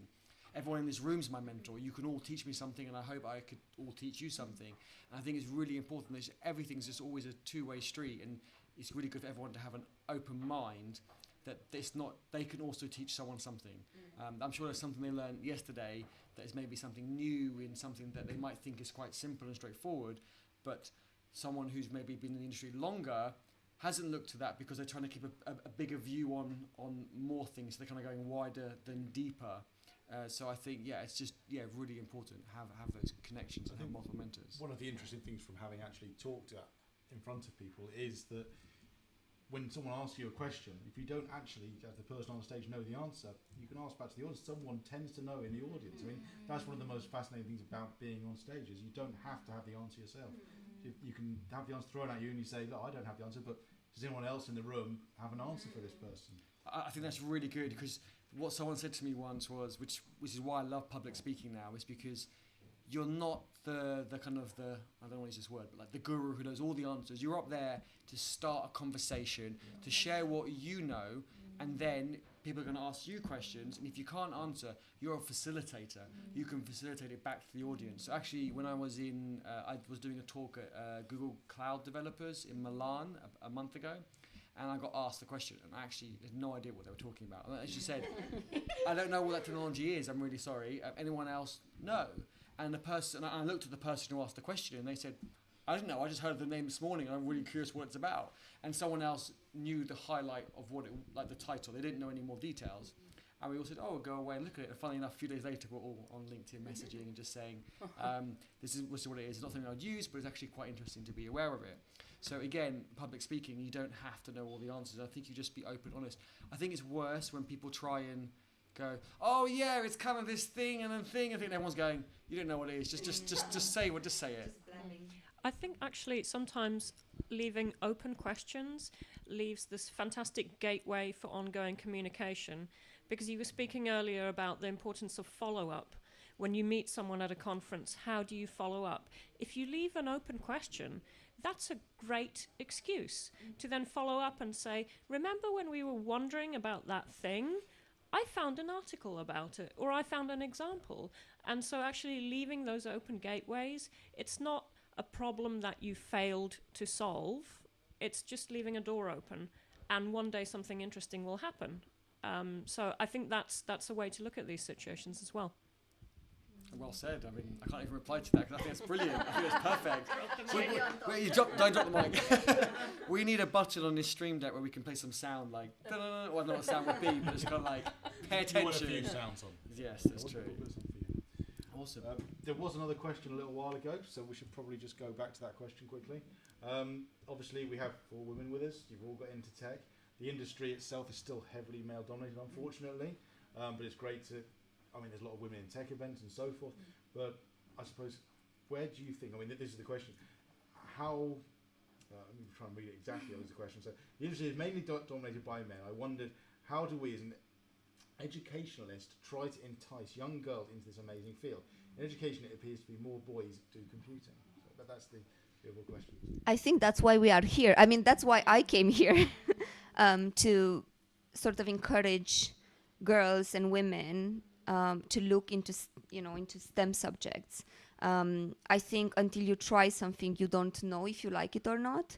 And historically, like coming from Romania, I had the same mindset, which I think it sort of comes from society, that girls are meant to be doing marketing, which is what I studied, and communication and PR and all of that, and boys would go more towards engineering, constructions, and all those subjects. But I think, especially, I mean, if you're looking at London, I know the change is not massive and it hasn't been massive, but I feel that the wheels have started to move, and you have more and more events, or discussions like this. I think, from the perspective of someone who has done the career change at 33, so I don't know how I would feel if I were 19 again, and I would have to choose my uni. But from the perspective of someone who's done that, in, I don't even know, I can't find my words, but in their 30s, I think one of the biggest obstacles is the lack of confidence, and also sort of leaving that comfortable job. I don't know, I think one of you girls were mentioning had a comfortable job, leaving that behind, and having confidence in yourself that you can actually make this happen, because it's so overwhelming to change to something completely different. I don't want to take away from the fact that obviously tech is very interesting. It's all about problem solving. It helps you use your brain. Like it's very exciting. But I also want to go back to what Carol was saying, that it is a lucrative field, or at least that's how that's how I see it. I compare myself to perhaps people who had the same amount of years experience, but in other fields, they might have made twice the amount of money that I was making in market research.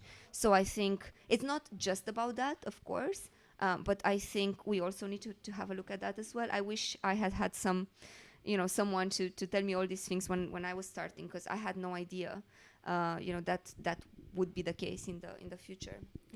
I really appreciate this question, and I really agree with Alina what you've said, and I love something that you mentioned earlier, Hannah. You said like it's not magic, that it's not rocket science, like all of these things, all of these languages, all of these frameworks, libraries, platforms, they're all things that we can learn. Like Andrew, Eddie, they weren't born knowing this stuff. Like they really the little baby Andrew. His first word was Python. It's actually Java. Okay. Came out with a Sorry. laptop. With a laptop, with the accessory. in the womb. Like everyone is learning. So I my message to like everyone is that you can do it. And to be honest, I really can't think why you wouldn't enjoy some aspect of programming. I don't know. I just think there's something in it for everyone. The creative side, the logical side, you can. It's a wonderful thing, and everyone can do it. So I really hope that we can send that message loud and clear. Can I jump in on that? Just because of what you said at the end, it is for everybody. That's something I really believe in. Even on my own YouTube channel, all my videos are ended with, open source or tech is for everyone. Because it is not just about coding. I know we talk a lot about coding because we're all coders here. I'm conscious of the time, so I'm going to keep this short and sweet. But it's, I mentioned documentation. There's business analysts, but they'll get into the kind of not the coding, but they will overlap. They might write some, I can't think of the word now, like the Tasks. the stories. Yeah. Thank you. Yeah, acceptance criteria for the stories, and they might write it in the Gherkin format, which then we would take, which would drive our automated tests and all the rest. So there's that overlap, and then there is the overlap with the UX and UI. You talk about what the framework you're using, like if you're using Material or Bootstrap, what it can give you out of the box, and then how you're going to customize it further. So wherever you are, I think everything's going to be touching the code. You might not be coding all day, or even as devs who are meant to be coding all day, we're still not, because we're working with the business analyst, the user experience person, or the product owner, whoever it is. So there are so many roles that, when I say code, I mean tech, I suppose, everybody. Yeah. And it's great if they want to touch on a bit on the coding side, because then that would just bridge that gap that bit further. They don't have to, but I think it is good if they can. It's great when we see a UI person or UX person says, in the code, I think it'd be something like this, give you kind of a rough idea of what they mean, because then you can just be on the same page a bit closer rather than trying to speak abstractly. Yeah, I think that's a good point. Especially, it's almost like being able to read code is the new skill that will be able to give you that step up in, whatever kind of career progression you want. So, like, even if you take learning tech as a stepping stone to maybe you don't want to be a developer, it doesn't necessarily matter, because you can still use those skills of like reading and writing code in other ways, as you said. And I think being able to teach ourselves these things, I think personally, like, the university system is a bit broken the way it is, and that we're almost been taught to like be force-fed information and learn things in a certain way, and that's not, because for me what changed, because I came from a heavy biology background, which is like learn the facts, read the book, pass the test. And when I did a boot camp, it was like, teach yourself these things. Like, it was like, there's no book, like, here's kind of what you need to do, get it to work, so and then it kind of like opens up that side of your mind where you can learn anything, I'd say, so, which is exciting.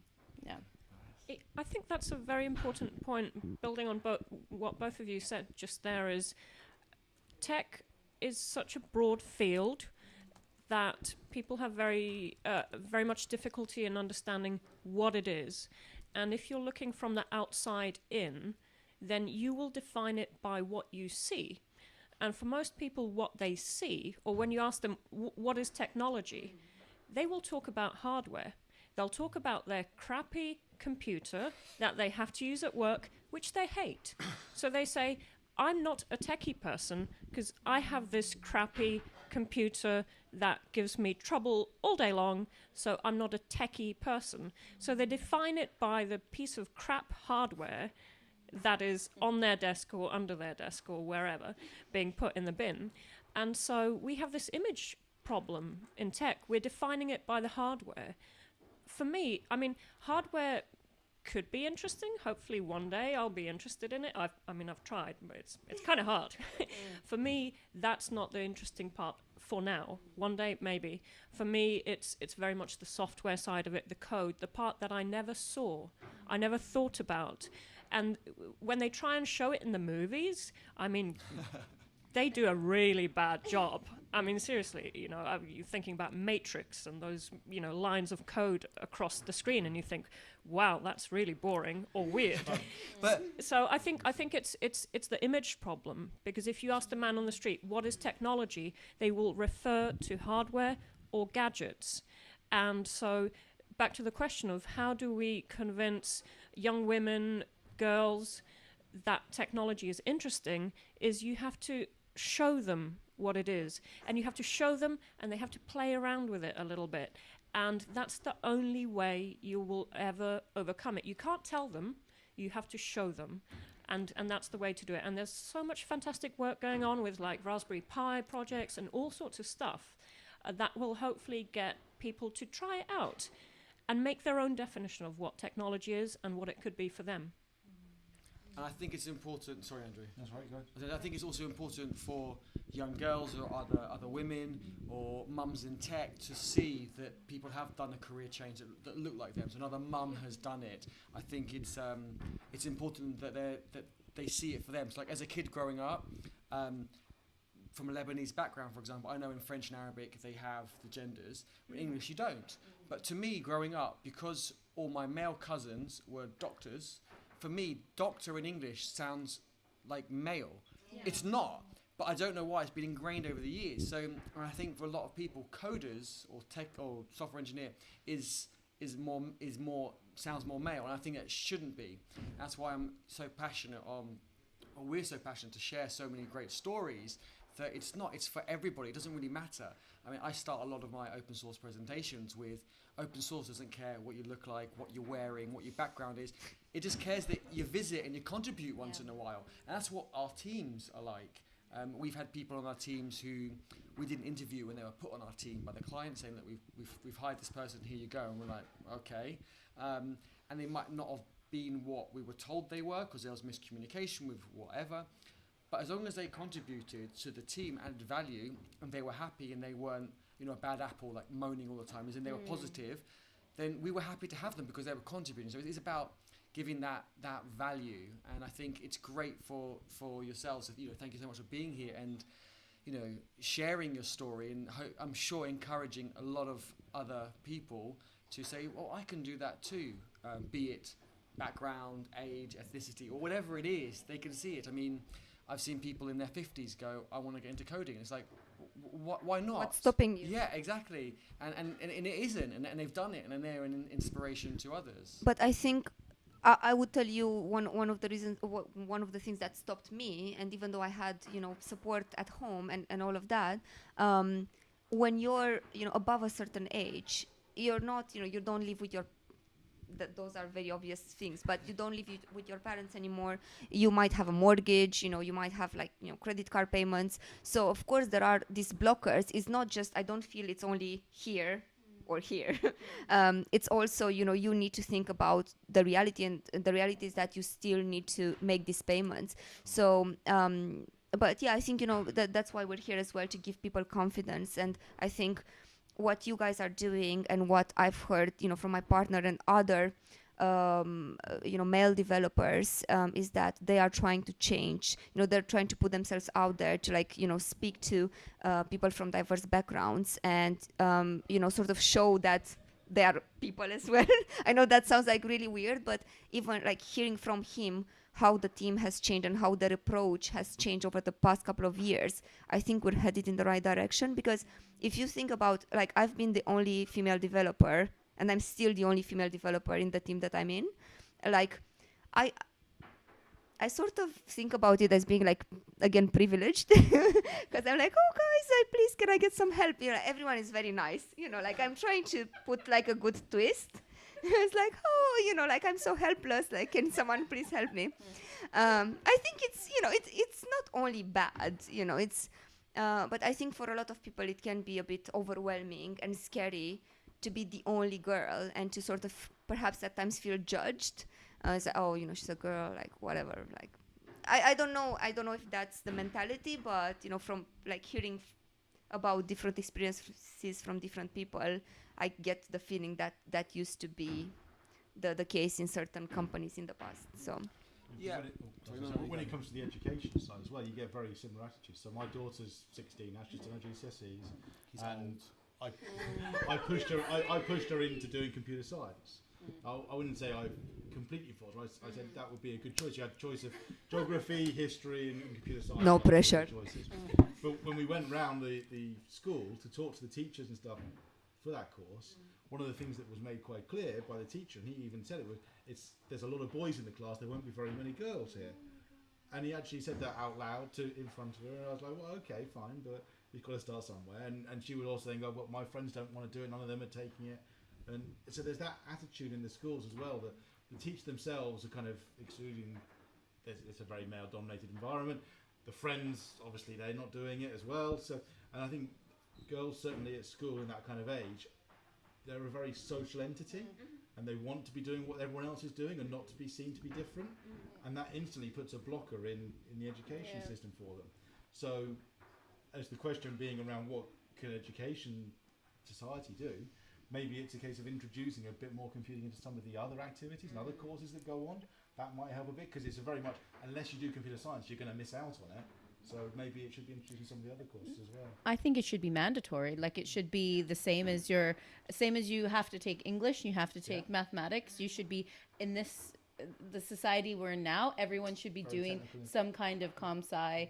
And it's technical. It doesn't need to be the intricacies of like algorithmic complexity, but it can be, let's show everyone how to use a command line, and let's show how everyone to build their own app, because that is what's going to encourage them to be considering that as a career, if they can see what the possibilities of it is. And it doesn't have to be all of the stuff that's happening in the background at first. Keep it interesting, keep it light, get them encouraged, make it fun, because that's what'll keep them doing it, and that's what'll bring them into it. I'm pressing all these buttons for sound, but that's perfect. And there's no sound coming out. We haven't configured this. But I think that's brilliant. Make it compulsory. Yeah. I love that. That's my takeaway. That's like my best thing today. Sound. We need the UK government. Yes. If you hear us. That Eureka sound, that's the one. But that's brilliant. Make it compulsory. Yeah. All my cousins in Lebanon speak English and French. Why? Because they have to take English and French compulsory. There's no choice. To be honest, like we have the same in Romania. Like I think for the most schools would have that sort of like not going into a lot of details, and part of it is hardware, but having knowing how a phone works. It's just my dad still is under the impression that I can fix computers. I'm like, no, I can't. It's like, what do you mean? Like you have, because I talked to him about tickets, and he knows about tickets. Oh, so people ask you when they have problems with their computer. It's like, no, I don't know how to fix my own. I'm still taking it back to the Apple store. Absolutely. But yeah, I think it's people not being aware of what tech is, and even just one more thing. Even people who are my age or even younger than me still ask me what I do. So you tell them you're a software engineer or a software developer. So what exactly do you guys do? Like, look around you. Everything is software, right? From the phone that you're using to the web applications to the software that flies planes. I even wish. the watch. I'm not saying hurry up time. I'm saying Ah, even the okay. watch. Even Even the the watch. watch has I a was like, computer. I just want to Sorry. keep on talking No, because no. I want to like. I'm good for time. the message It's up to you. across. I was looking around going, I my was like, watch, that's a bit rude. It's like. No, I'm I've heard joking. enough. phone, Yeah. watch, Phone, everything. exactly. Text everywhere you I'm look, never you going to Exactly. do that again. I just realised unless you're I in the didn't watch, know how you're to talking react. around. I because was you like, stopped, and I was like, uh, don't say it. It's a watch. It's a watch. what is this, Alina? See, like I've got the software going on, so I can't process basic information. Sorry, you're going to say. I wasn't saying. No, okay, I got was it. saying No. the technology's everywhere. You can't get away from it, right?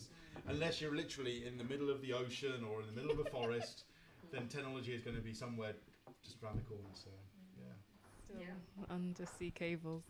look on the table. We have plenty of cables out in front of us. Don't look. Yeah, so I have some questions for you guys, but how are we doing for time? We're okay. As long as you're all okay. We've done the bingo. It's just gone 8:30. Oh, okay then. So maybe this can be the final. Do a couple to Final kind of thing. Yeah, so I think when I think about my future career in tech, I'm really keen to work with senior engineers that have like a track record of like mentoring juniors and getting them to like the next level in their knowledge and career.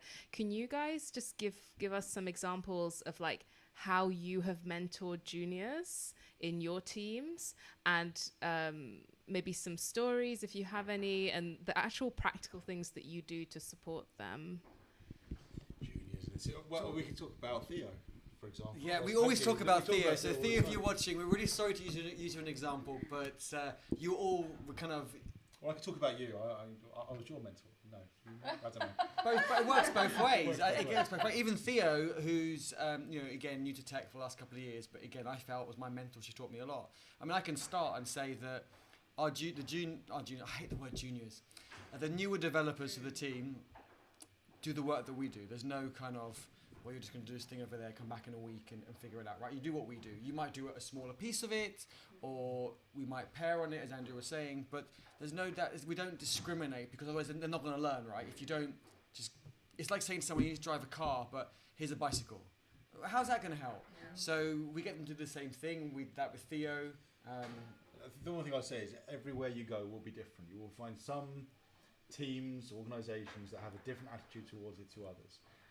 And there are some places that make the environment accessible to doing it as well. So, for example, we've had juniors in the place we're currently working with, but those juniors were not given access to us. They were kept very separate. And whilst there were communication ways over things like Slack, they weren't put into an environment that promoted doing that mentoring. We were there to do a job, and they were there to do what was deemed to be an easier job. Unfortunately, they were removed because they felt that the people that hired them felt they weren't giving enough value for it back. But that's because they weren't being supported. It had They weren't nothing to being do with it. invested in. Yeah, So I you really have to felt bear for in mind them. that it's very environmental. You can't just go there, and even though there might be good people, I mean, I'd like to say Eddie and I are good people, when it comes to mentoring, the environment that they're presented with is a major factor in being able to be successful in it.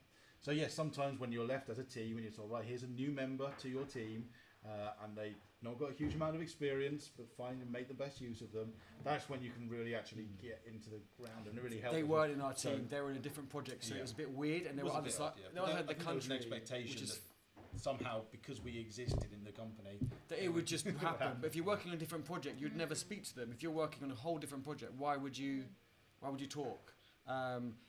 So yeah, yeah, if you there's put in a the way same of growing project- teams and a way of not growing teams. I've always said if you're going to grow a team, then you need to probably have a ratio of around about 3, I say, experienced people to 1 inexperienced person. Because if you put it as a 1-to-1 or a 2-to-1, whatever it is, then everyone's going to feel a little bit pushed on things. So a good ratio would be probably 3 experienced to 1 inexperienced person. Then they've got a decent amount of support to them, and the 3 more experienced people can still get their work done without feeling, I'm having to always help out. Because there's an element of it from both sides that everyone needs to be felt comfortable. and that person will catch up to speed so much faster. I mean, They get the really, experience of really 3 well. people feeding them bits of information. I mean, Theo did. Look at her now; she's writing Java and Angular, and she's just racing on ahead. And Yeah, I mean that was when with Theo probably he started. Let's say 3 years ago now, probably. And I would quite happily hire her to a team to help now mentor people herself. like Some people just take to it well. I mean, Theo, it wasn't us that made Theo into Theo. She did it herself, but she embraced doing it and would listen and would ask the questions and come across. And she came from a biochemistry kind of similar sort of background, so she didn't come from computer science at all. And she was brought on as a manual tester, but she was like, well, how can I help? This is actually going back to that. Sorry to jump in, Andrew. Well, there wasn't time because we were doing all the automated tests, so we didn't really need someone to focus on the tests as such. So the question was, well, what can I do to bring value? And it was just value every day. Like, what can I do to bring value? And if we were busy, if I'm going to go into a meeting, she said, what are you working on at the moment? And we would say, I'm working on this ticket. And she would research the ticket. She'd go speak to maybe the product owner and find out. And then when we do the ticket, she'd say, I like what you've done here, but after speaking to them, have you thought about this? And then she'd watch us code. And within a few days, a few weeks, she goes, I've just made a little fix for you. Can I just sort it out? Yeah, and it's just little things. And then within like a month or two, okay, that little feature, do you mind if I have a go? Because you go into that meeting in a couple of hours, I'll have something done. And she'll just start something like a skeleton of it. And before you knew it, in a few months, she was just getting on picking up stuff and she was building on it fast. But it's because she wanted to do it and the ratio was good. There was 4 of us to 2 less experienced people. So the ratio, well, not perfect, but it was a lot better. It was manageable, yeah. So we were able to kind of pair a lot. I mean, we still pair now. And we were doing that today. We always learn things off each other all the time, yeah. I mean, you will always be learning. That's the fantastic thing with tech and software is there's always something new to learn. It can be frustrating sometimes because there is always something new to learn. But at the same time, as long as that's what you love doing, you love to just learn and try things out and you're comfortable with making mistakes and getting it wrong because you will never get it right first time. I don't think I've ever experienced anything being right first time. But you learn the skills and you like to talk to people and all those things. It all works in your favour.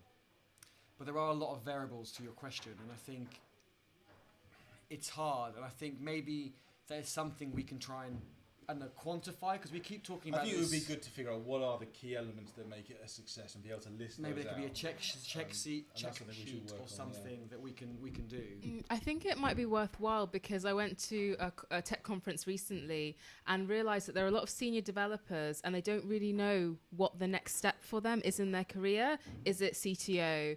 Is it a lead developer? Is it into management, or do they want to stay coding? And do they want to mentor? And so I feel like senior developers need some support in knowing how to mentor newer developers. So it would be really cool as another topic. I think this would be really valuable. That's definitely a difficult question as well. When you think about promotion and where do you go next, no matter where you're starting out from just getting into it versus been there doing it for 15, 20 years, you've still got to decide as a CTO, your life's going to change. You're no longer going to be there coding stuff. You're going to be trying to create an environment that they can code in. A lot of people think CTOs are there to try and build the technology inside the company. A CTO's role actually is very much the external representation of what the company is doing from a technical perspective versus the CIO, which is focused much more internally on the operational side of what's going on. So there's also understanding what some of those titles mean. People get them confused quite frequently.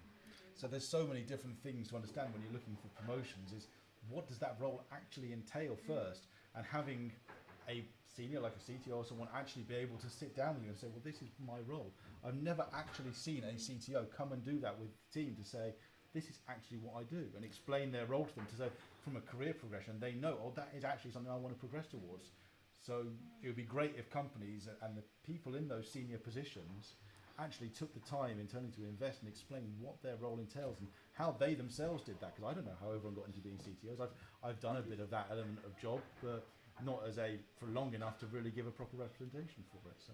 And I think it's also important in CTO to look after the engineers and their team because, 5 years ago, your goals or what you would see as your next step is different to now. Not just in terms of career, but in terms of like work-life balance. So for example, me 10 years ago, I was thinking, well, what can I do to earn more money? I want to save for a mortgage, is what I want. Now, if you ask me, it's like, how can I work part-time so I can family or doing my startup or whatever it is, it changes every year. So I think it's really important for the CTO to know what people want because people want different things at different times. People want different things, and then also those people want different things at different times in their life. So I think it's a continuous kind of health check to make sure the team is happy because a happy team will work a lot better. And just to answer the mentoring side, I think it doesn't matter where you are in your career, you should mentor someone now because even if you are a month into your career, There's somebody who hasn't even got into their career yet. You're 1 month ahead of someone else, and you'll learn so much more. And then when they build up their network, they'll bring you into their network. They'll say, right, this person is helping me, is mentoring me, and so your network just grows, just huge. I mean, it's great, and you know, I feel I should have started earlier rather than later. In terms of, I'm always a friendly person, but I haven't been so methodical in terms of keeping up with people and see what people are up to and stuff. It is quite hard to do as it grows, but people understand that, I think, and appreciate that. And I always, you know, so many people, I get a check-in message just saying, look, it's been about 6 months, hope you're well, I'm up to this, what you up to, and you just kind of have a few sentences, and you know if you ever need anything, that person's kind of there for you. And I think it's really important. And that's one of the, I mean, we haven't spoken about Code Mortals, and we probably won't get into it now because it's 20 to 9, but it's the community we want to build. So maybe here's a question for all of you, not to answer now, but to take away, and would love some feedback, is what could we do as, I don't know, some people who want to make a change or help the community? What can we do on a day-to-day basis, a weekly basis, maybe even build a platform with the community, kind of a LinkedIn-ish for mentors, for example. I don't know. I think there's one already that exists like that, but I'm just kind of spitballing ideas out here because we believe in the mortal side of the code rather than the ninjas and the rock stars, as we said before, and that's really important to us. And I think it would be great to build a community of mentors almost. So people that know, oh, this person has an experience in this area. Oh, I want to get some experience in that area. Could we build a community focusing a little bit around the mentoring aspect of things? That could be quite. So definitely have a think and see what we can do, because we want to do more. Because what we're doing now is great, and what we think is great. I'm not anyway. You know what I mean. We think it's good, but we want to do more, and so we want to be able to scale it more. And I think if we did this once or twice a week, it can only scale so far.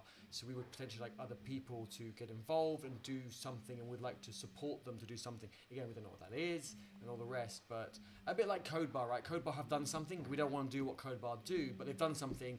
It worked. They scaled it, and I think it's done really well. So we want to do something. It's got a different spin to it, a bit different, but it's scalable. But I'm not going to say any more because it's quite late and I feel really bad. Well, we'll probably do another stream Wednesday evening, won't we? So I think our plans on Wednesday, for those that do follow our schedule on our website, we were going to go off out, but we're now going to be in on Wednesday. So maybe we can talk more about. And we're going to do a coding. If you want to follow up some Angular, Cypress, automated testing, Cucumber, CI, and CD, like the full automated. If anyone wants to follow, we'll do that on Wednesday. Oh my God, Saturday. It's been I've been coding since 4 a.m. Okay, so you know, give me a break. But I mean, are you going to add something on there? Oh no, I was actually just going to say thank you. No, thank you. No, thank you. for coming in. It's lovely to be able to host you, and we'd love to have you back. Yeah. We'd love to have you in part 2. Maybe in a few months from now. Yeah, see how 6 things are months. going. 6 months. would be I still want those T-shirts. Next time you come in, I'm sure there's something we can do. We'll sort something out, Absolutely. And join some live streams in the future. In 2 weeks, we've got Dev. We call it Dev versus Recruiter, but it's more about building bridges. So please join the live stream, bring your questions for them, and see how we can work better with recruiters. Yeah.